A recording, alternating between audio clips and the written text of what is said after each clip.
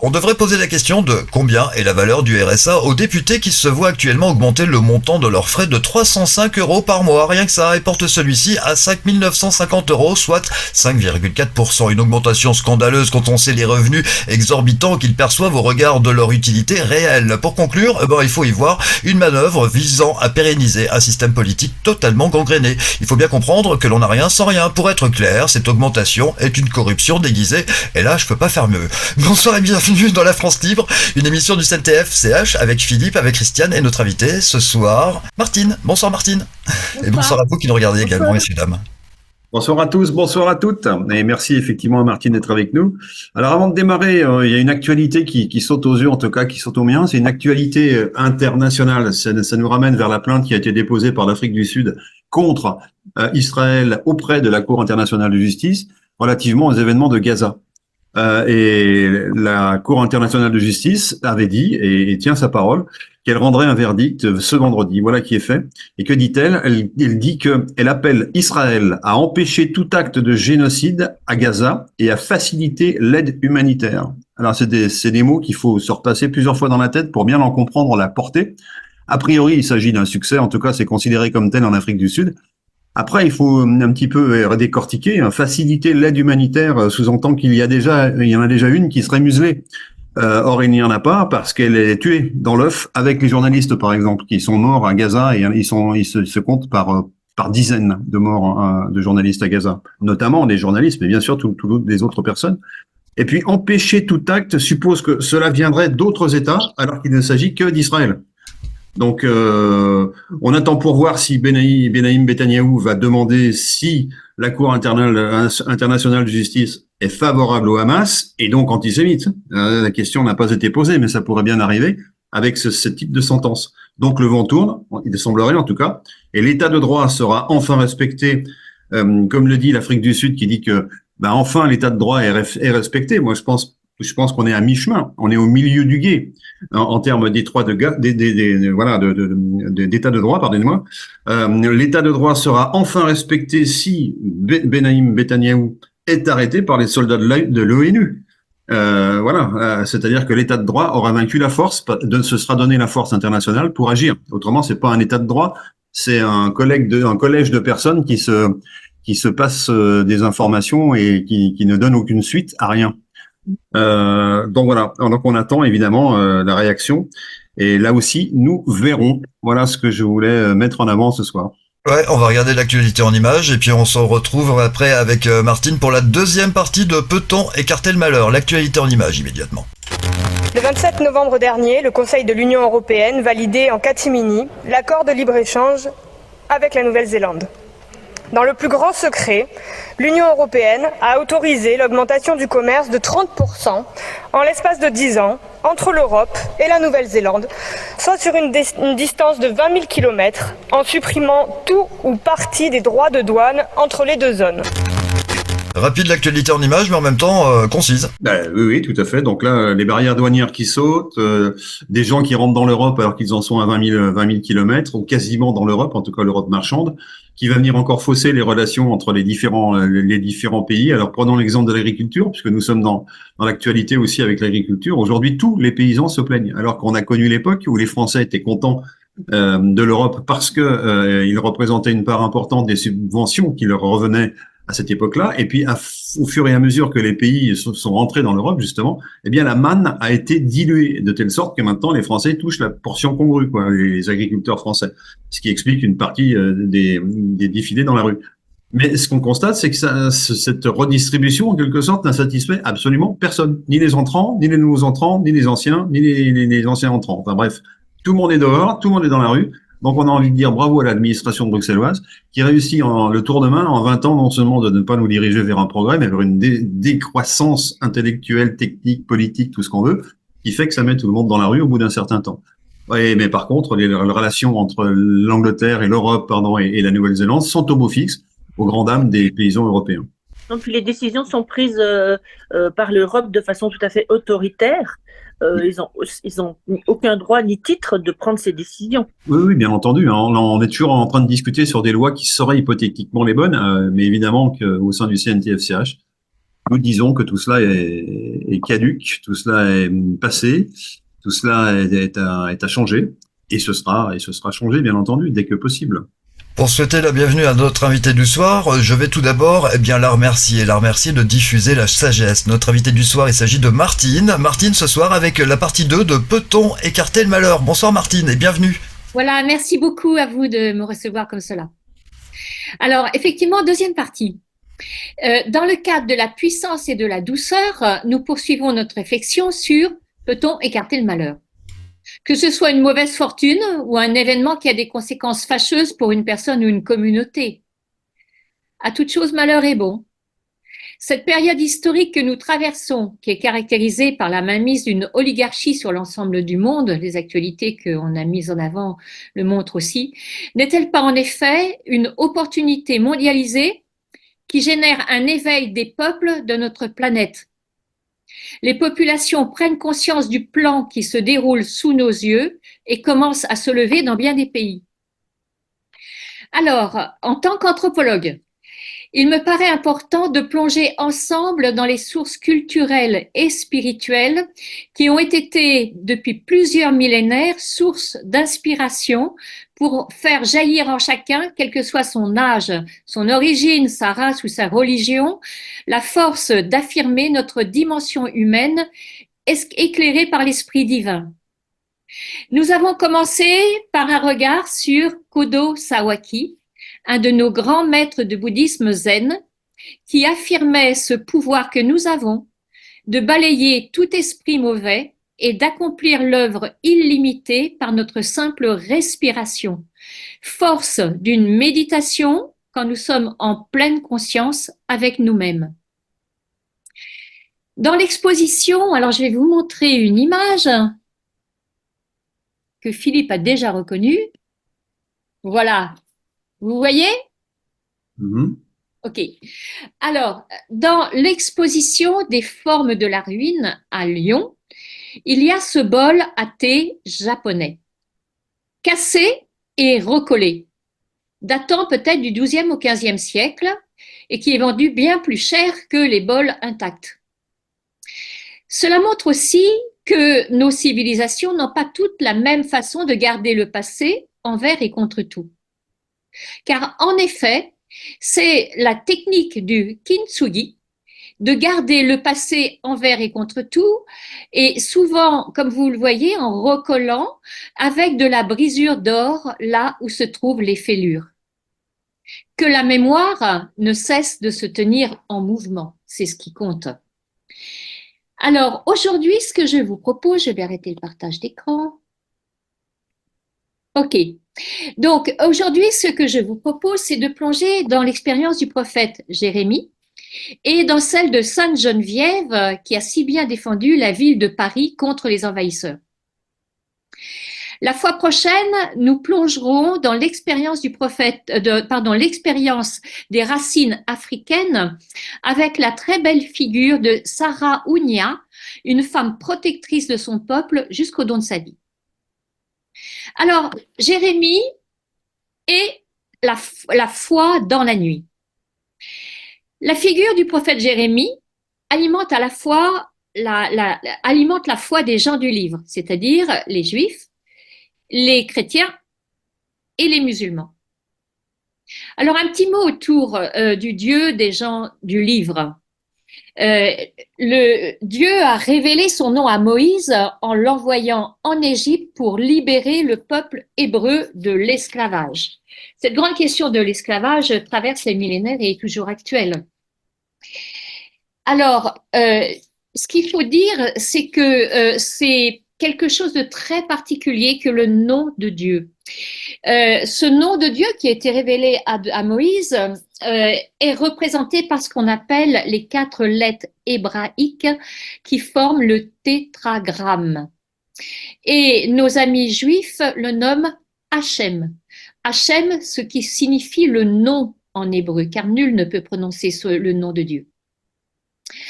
On essaye de traduire comme on peut ce nom de Dieu que Dieu a donné ainsi à Moïse pour sortir de toutes les formes d'esclavage. On dit « je suis celui qui suis, je serai qui je serai », etc. c'est celui qui est l'existant même, qui est la source de tout ce qui vit et respire, le nom au-delà de tout nom, de toute définition et de toute appropriation, qui ne peut pas être traduit dans une approche conceptuelle humaine. Sagesse qui fustige ceux qui veulent dominer leur peuple en faisant régner la haine, la peur, les guerres et toutes les formes d'oppression et de précarisation en utilisant le nom de Dieu, y compris, bien entendu, ceux qui cherchent à imposer leur pouvoir ou leur religion. Car l'alliance que Hachem fait avec son peuple repose sur l'amour et la justice. C'est le sens majeur qu'est le don de la Torah, appelé les 10 commandements ou les 10 paroles sur le mont Sinaï. Alors revenons à Jérémie qui est dans cette lignée-là. Jérémie, le prophète Jérémie n'a cessé de crier vers Dieu pour l'amour de son peuple. Il a aussi sans cesse invectivé le peuple à vivre dans la dynamique de l'alliance pour l'amour de Hachem. Il est né à Anatot, tout près de Jérusalem, il est prêtre, et son activité prophétique s'est étendue de moins 620 à moins 587 avant Jésus-Christ. Il a connu l'immense espoir avec la réforme mise en place par le roi Josias, et puis il a vu l'effondrement du pays et l'effondrement aussi de la foi du peuple. Il a soutenu la réforme de Josias qui a restauré l'indépendance nationale et centralisé le culte à Jérusalem en moins 620, en profitant du déclin assyrien. C'est là qu'une première relecture de l'histoire d'Israël a vu le jour. Pourtant, Josias est tué au cours d'une bataille à Megiddo en voulant arrêter l'armée égyptienne. C'est une véritable remise en cause. Pourquoi est-ce que Dieu n'a pas donné la victoire à ce bon roi? Est-ce que Dieu l'a abandonné? La conscience du peuple est ébranlée. Puis les malheurs s'accumulent avec les pratiques idolâtriques, avec l'inconsistance du pouvoir religieux et politique. Jérémie est témoin de la victoire de Nabuchodonosor, roi de Babylone en Chaldée, qui a défait l'Assyrie à Carchemish. Le royaume de Juda devient vassal de Babylone et c'est ainsi que s'effectue la première vague de déportation du roi Joachim et de l'élite de Jérusalem en moins 598. Le temple et le palais sont pillés et le royaume de Juda est en sursis. Une deuxième vague de déportation aura lieu en moins 588, 10 ans après la révolte de Sédécias, mis en place par Nabuchodonosor pour administrer Juda, et qui s'est révolté en espérant le secours de l'Égypte. Jérusalem est détruite, le pays est envahi, et c'est la fin du royaume de Juda. Alors, un petit clin d'œil sur la vie de Jérémie. Il est ce prophète qui a accompagné la chute des royaumes du nord et puis de Juda, ainsi que l'exil du peuple à Babylone. Il incarne la prophétie dans sa vie personnelle, et à ce point-là, c'est très nouveau.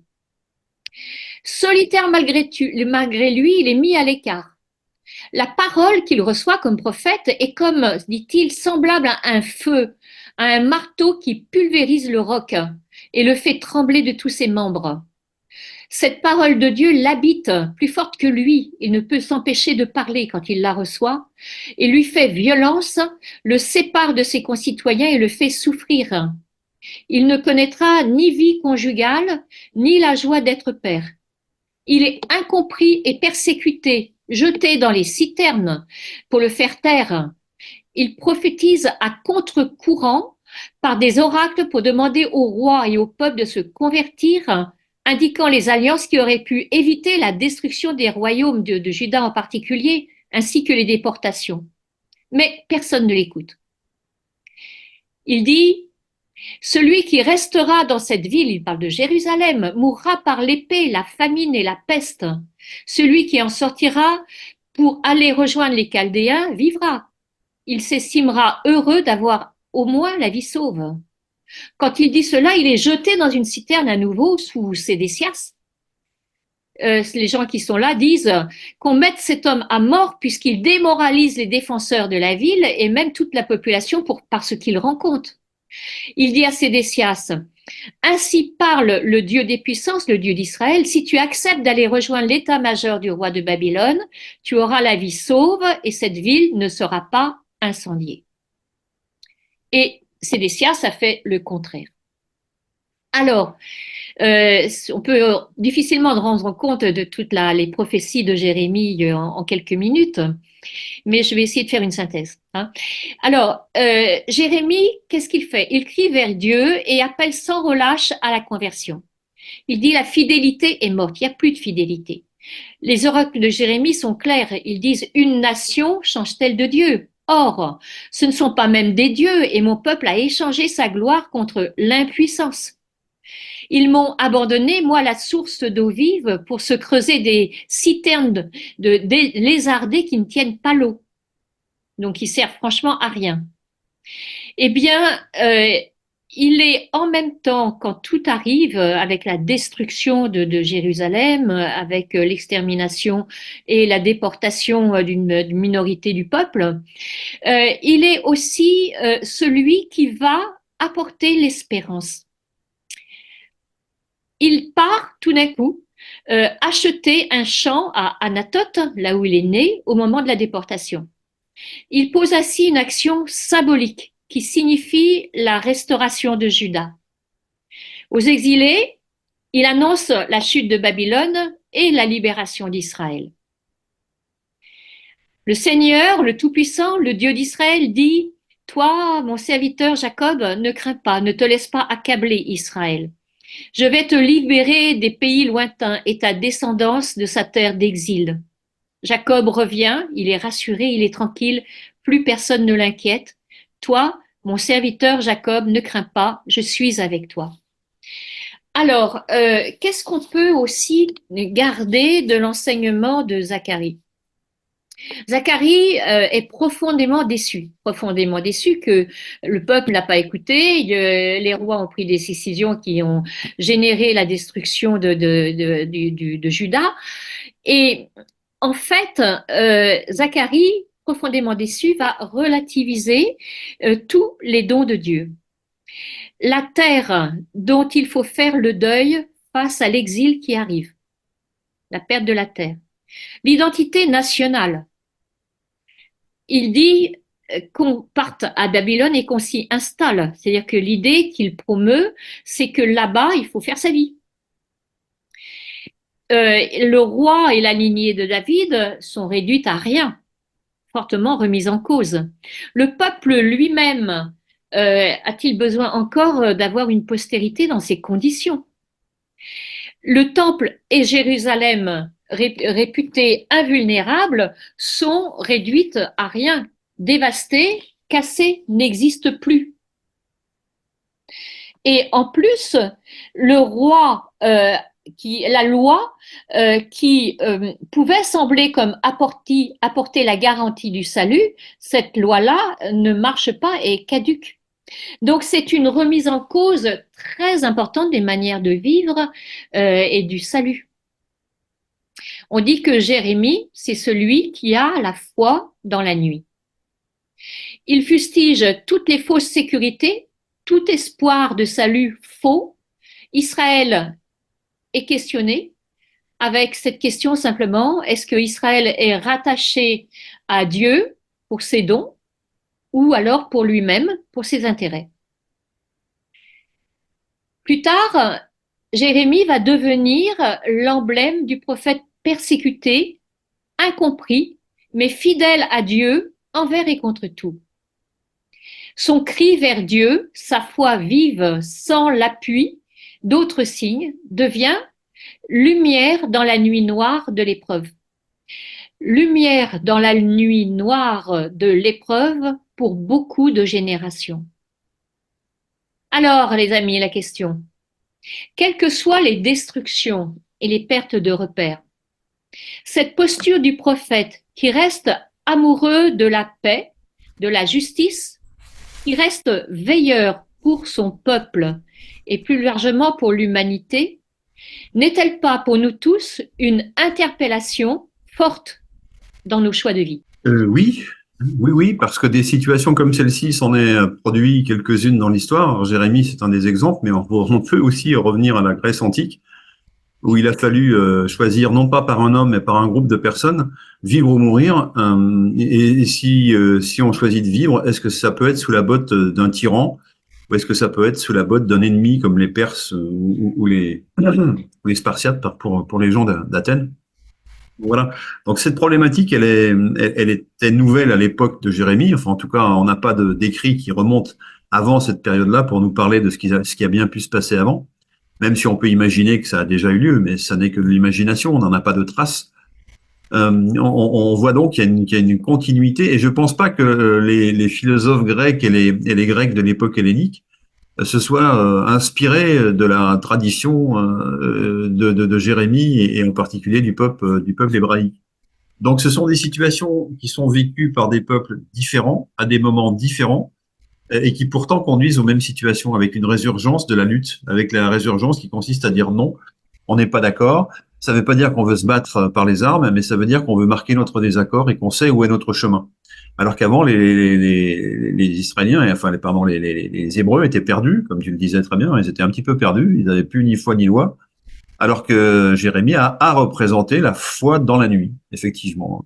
Là, il y a eu d'autres exemples, d'ailleurs, au sein de la judéité, si je puis dire, en 1660 ou 66, lorsque sa bataille de Séville se désigne comme étant le Messie. Alors là, on est en Turquie, hein, et en se désignant comme le Messie, il va soulager le cœur et l'âme de la plupart des Juifs qui n'attendent que ça pour pouvoir se mélanger à la mère des peuples, chose qu'ils ne pouvaient pas faire d'après les rabbins jusqu'à ce jour et qu'ils peuvent toujours pas, à mon avis d'ailleurs, se mélanger à la mère des peuples. Donc, les Juifs étaient enfin, ils vont arrêter la persécution, enfin, on va arrêter cette ségrégation d'un peuple à l'autre. Et ça n'a pas eu lieu parce qu'il s'est avéré que Monsieur de Séville était probablement un aventurier et que quand on lui a donné à choisir comment résiste son cou à la hache du bourreau et comment sa foi va l'aider, il a dit je préfère me convertir à l'islam. Et donc il s'est converti à l'islam. Donc et là on rentre dans un bémol sérieux, c'est-à-dire que plutôt que de dire comme Jérémie, il faut avoir la foi dans la nuit. Monsieur Sabbatai Tzvi, lui dit dans la nuit, il faut être musulman. La journée, il faut être musulman, et la nuit, il faut être juif. Donc, il rentre dans une logique j'aurais pas de fourberie parce que le mot serait méchant, mais de résistance passive en disant oui, là où on pense non. Hein, voilà. Donc ça, c'est quelque chose qui a démarré à cette époque-là et qui n'existait pas du temps de Jérémie. Donc on a plus envie de dire à Jérémie bravo pour le courage d'avoir été seul à vouloir rester dans l'intégrité. Et puis pour le reste, c'est le choix des nations d'évoluer comme elles le souhaitent, y compris les nations qui n'ont pas forcément de territoire. Comme on sait jamais si la nation juive est également une ethnie, est également une religion, ou une nation. C'est un peu les trois à la fois, comme on dit. Hein. Voilà ce que je voulais prolonger par rapport Christiane, à ça. Oui, je voulais revenir sur le terme conversion. Conversion, ça veut dire changer de cap. Se reconnecter à sa source divine. Donc, je pense que c'est plus dans ce sens-là que ça a été utilisé. C'était pas se convertir à une religion ou quoi, surtout à l'époque. C'est retrouver Dieu, retrouver sa flamme divine. Alors aujourd'hui, nous constatons qu'il y a bien des gens qui veulent encore utiliser la force pour sortir de notre situation. On va répéter encore, la force n'est pas une solution, les armes ne sont pas une solution. La solution, c'est d'utiliser le droit et de mettre en demeure les gens qui commettent des crimes contre l'humanité. Oui, tu as raison, Christiane, et on peut le dire également, il y a des gens qui s'imaginent aujourd'hui qu'en allant voter pour les extrêmes, ça va peut-être changer les choses. Il faut peut-être leur dire que non, ça va pas changer les choses du tout. Non. Tout à fait. Oui, Christiane, tu as raison, parce que ce qui est important, c'est effectivement d'être prophète, à l'écoute de la parole et donc en cohérence avec ce qu'on porte à l'intérieur de son cœur, avec une lumière d'amour et de vérité. C'est extrêmement important. Alors, je ne résiste pas à l'envie de vous montrer cette très très belle représentation de Michel-Ange sur le prophète Zacharie, où on voit que cet homme a porté énormément de choses pour essayer de faire que le peuple réagisse, pour choisir cette loi de la justice, même de la justesse, du respect des pauvres, du partage des biens, etc., de tout ce dont on rêve aujourd'hui, et qui reste un challenge qui est toujours à reconquérir. La force de la parole, la force du cœur, la force de la parole de Dieu à l'intérieur de soi. Alors, dans la lignée du prophète Jérémie, Jésus-Christ a porté cette parole prophétique, reconnu vrai Dieu et vrai homme, verbe de Dieu par les chrétiens. Il a enseigné la bonne nouvelle de l'Évangile avec ce bonheur des béatitudes, avec un éclairage sur la loi où l'amour de Dieu et du prochain ne font qu'un, et il a donné sa vie jusqu'au bout en mourant sur la croix pour le salut de la multitude des hommes. Ressuscité, il inspire la force et le courage à tous ceux qui vivent et respirent l'Esprit Saint. Et je désire, dans cette dynamique, vous présenter la vie de Sainte Geneviève, qui, comme le prophète Jérémie, à la suite du Christ, n'avait pas froid aux yeux. Alors, Sainte Geneviève est la foi comme bouclier. Comme tu aimes, Christiane, dans une posture non violente mais forte. Sainte Geneviève est née en 422 à Nanterre, région parisienne, dans une famille franque romanisée. Vers ses 8 ans, le Saint-Évêque Germain d'Auxerre lui propose de se consacrer au Seigneur, ce qu'elle fit. À 20 ans, elle devient vierge consacrée. À la mort de son père, elle reprend la direction du domaine familial à Paris et participe à la direction de la ville. Elle s'installe, on va dire, pour vivre cette vie de prière et consacrée sur la montagne que l'on connaît à Paris, la seule montagne qui n'est pas la Savoie, qui n'est pas très haute, mais qui s'appelle Montmartre. Alors, en 451, on vient la voir, Paris vient la voir. Parce qu'elle avait déjà toute une reconnaissance et beaucoup de notoriété. Pourquoi? Parce que Attila, après être passé dans des villes qu'il a dévastées de manière un peu systématique et terrible, c'est pour ça qu'on se rappelle de son nom, Attila va assiéger Paris. Alors, elle prie pour le salut de la ville de Paris. La jeune femme réussit à convaincre les Parisiens de ne pas fuir et de ne pas abandonner la cité à l'envahisseur, car la fuite était en train de s'organiser. Elle appelle à la résistance et au courage en proclamant ces mots célèbres. Que les hommes fuient s'ils veulent, s'ils ne sont pas capables de se battre. Nous les femmes, nous prierons Dieu tant et tant qu'il entendra nos supplications.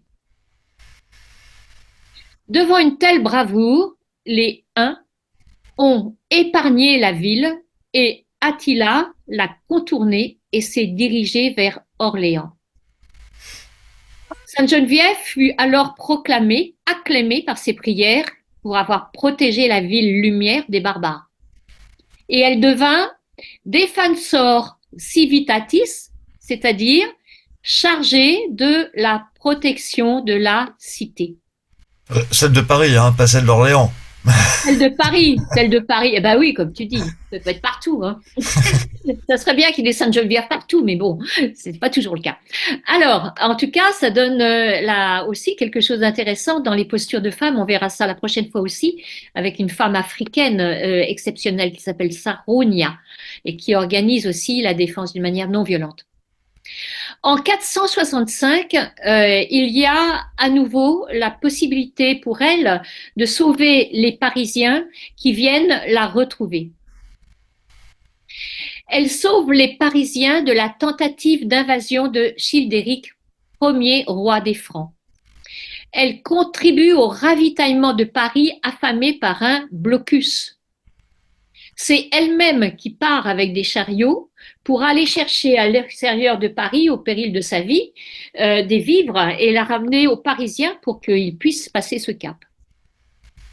Elle est connue pour bien d'autres choses aussi. On parle d'elle quand on parle du miracle des Ardents, c'est-à-dire de l'ergotisme du seigle qui commençait à faire un mal énorme au niveau de la civilisation, enfin de Paris, pas que de Paris, de la France d'ailleurs. Et donc on l'invoque et le miracle des Ardents se produit. Elle est très très souvent invoquée. Elle a beaucoup travaillé à l'unité gallo-romaine de manière à éviter les guerres et les violences. C'est ainsi que Geneviève et son amie Clotilde vont jouer un rôle important dans le baptême de Clovis. Sainte Geneviève est aussi à l'initiative de la construction de la basilique de Saint-Denis. Elle décède en 512. Elle est patronne aujourd'hui de Paris et des gendarmes. Alors, à travers cet exemple de Geneviève, il faut dire aussi que Geneviève, il y a toujours des processions à l'intérieur de Paris pour prier pour le peuple parisien et plus largement aussi, on va pas être chauvin, hein, comme tu le dis Sylvain, et ça continue, c'est des processions qui ont été mises en place au XVIe siècle qui perdurent encore aujourd'hui. Alors, Sainte Geneviève a été nommée patronne de Paris, bien entendu, après tout ce qu'elle a fait là, et elle est aussi patronne des gendarmes, pour imprimer un ordre qui est au-delà de tout ce qui peut être des ordres de despotisme sur lesquels la population peut aussi subir beaucoup de torts. Alors, je voudrais à travers ça faire une invitation renouvelée pour entendre l'appel du peuple français et particulièrement à l'engagement des gendarmes dans cette période de turbulence que traversent non seulement les Parisiens, mais aussi pour faire respecter les droits des peuples. Parce que derrière tout ça, dans cette dynamique qu'on a vue au niveau de Jérémie comme prophète, c'est la question de la loi qui est donnée au peuple qui met en avant d'abord la question de la justice pour que les peuples puissent vivre en paix et en harmonie au niveau du monde, dans l'amour les uns des autres et dans l'amour de Dieu, bien entendu. Alors, je résiste pas à l'envie de vous partager aussi une des représentations de Sainte Geneviève. Voilà, que l'on voit là, au milieu du peuple parisien qui vient la voir, dans des moments qui ne sont pas toujours faciles, et qui, Sainte Geneviève, à ce moment-là, prend position pour la défense du peuple et que les gens puissent vivre dans la liberté. Alors, Christiane, des femmes comme ça, qu'est-ce que tu en penses? Bah, écoute, on en fait partie, hein. Et par contre, ce que j'aime pas, ça, c'est le monsieur qui s'agenouille devant elle, il a rien compris, quoi. Il n'a pas compris qu'il fait partie du plan, quoi, qu'il faut qu'il se bouge aussi.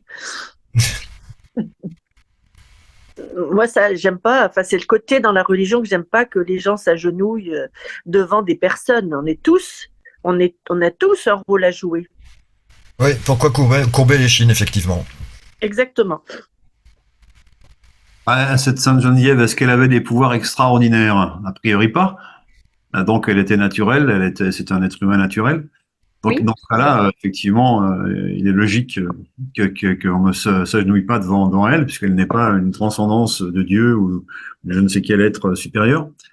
Et puis je voudrais dire aussi que décidément, les Parisiens, ils sont 15, mais à 15, ils réussissent à faire un embouteillage. Vous avez vu la foule qui est derrière? Ouais. Ça, c'est parisien, ça. Bon, moi, je suis parisienne, je vais prendre la défense des Parisiens quand même.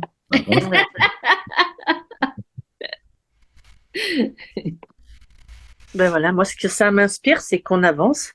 On avance, on n'est plus à l'époque où on parle de Sainte Geneviève, de Saint Machin. C'est que tout le monde a la responsabilité à son niveau d'être Sainte Geneviève, quoi. Mais tu l'as dit tout à l'heure de toute façon devant l'image, Christiane. Ah oui. Qu'est-ce que cette personne fait à genoux? Elle n'a qu'à se prendre en main. Oui, effectivement, nous n'avons qu'à nous prendre en main. Tout cela résulte, eh bien, à notre prise en compte des choses et à nos agissements. Effectivement, il y a quelque chose que je veux relever là qui est intéressant, c'est que les verbes, par exemple, pour parler de la résurrection, il y a deux verbes, c'est se réveiller, et le deuxième verbe, c'est se lever. Mm. C'est-à-dire être droit dans sa posture entre terre et ciel, à assumer ce qui nous est donné de vivre aujourd'hui pour laisser produire le meilleur. Ouais, c'est ce que disait aussi le prophète Bob Marley, hein, debout, lève-toi et bats-toi pour tes droits. Exactement. Alors, quel est le lien avec la possibilité d'écarter le malheur et tout ce que les deux exemples que tu viens de nous donner? Comment tu veux faire le lien sur l'écart du malheur, quoi. Écarter le malheur. Alors, on a vu que, on a parlé de Maître Kodo Sawaki, avec cette perception que quand on est aligné avec soi-même, quand on est en cohérence, donc on parle beaucoup de pleine conscience aujourd'hui, hein, c'est très à la mode, on a ce pouvoir-là en tant qu'être humain de pouvoir balayer le mal et construire, accomplir l'œuvre illimitée. Ce que l'on retrouve avec le prophète Jérémie, c'est dans la tradition judéo-chrétienne de pouvoir transmettre la parole de Dieu et l'accomplir, c'est-à-dire de fustiger toutes les formes de domination qui n'ont rien à voir avec ce que nous réalisons sur Terre pour vivre ensemble. Et dans la dynamique de cela, le Christ qui nous appelle à devenir, ça c'est un terme qui est cher aussi à Christiane, à devenir fils et filles de Dieu, c'est-à-dire à ne pas rester sur nos propres intérêts, nos propres avantages, mais à être dans une dynamique de conscience, de lumière et de partage pour vivre et faire venir une manière de vivre qui fait qu'on est dans le respect mutuel à la fois entre les personnes, l'individu, et de vivre dans la lumière avec un cœur qui est habité par l'amour et pas par autre chose. Et ça, c'est la meilleure manière pour pouvoir durablement sortir des situations de malheur. Et j'aime bien une image que j'ai trouvée très forte en Afrique quand j'y suis allée la première fois.